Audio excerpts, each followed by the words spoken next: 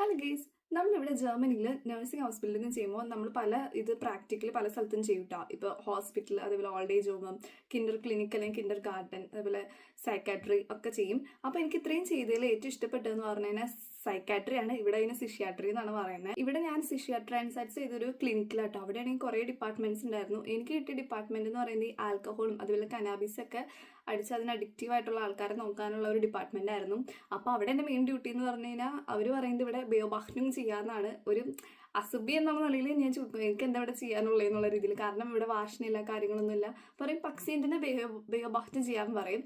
എൻ്റെ ക്ലാസ്സിലെ ബാക്കി എല്ലാവർക്കും ഒരു 90% ആൾക്കാർക്കും ഈ ക്ലിനിക്കിൽ തന്നെയാട്ടോ ഈ എംസെറ്റ്സ് ഉണ്ടായിരുന്നു. അപ്പോൾ എല്ലാവർക്കും ബെസ്റ്റ് ഒപ്പീനിയൻ ആയിരുന്നു. കാരണം കൊളീഗ്സ് ആയാലും ഏറ്റവും അടിപൊളിയായിരുന്നു. അതേപോലെ തന്നെ ജോലി ആയാലും കുറച്ചുകൂടി സ്ട്രെസ് കുറവ് പോലെ തോന്നി. ഇവിടെ എമർജൻസി സിറ്റുവേഷൻസ് ഉണ്ട്, പക്ഷേ അത് എന്താ പറയുക, ഒത്തിരി ആൾക്കാരുള്ളതുകൊണ്ട് നമുക്ക് അത്രയും തന്നെ സ്ട്രെസ് തോന്നൂല.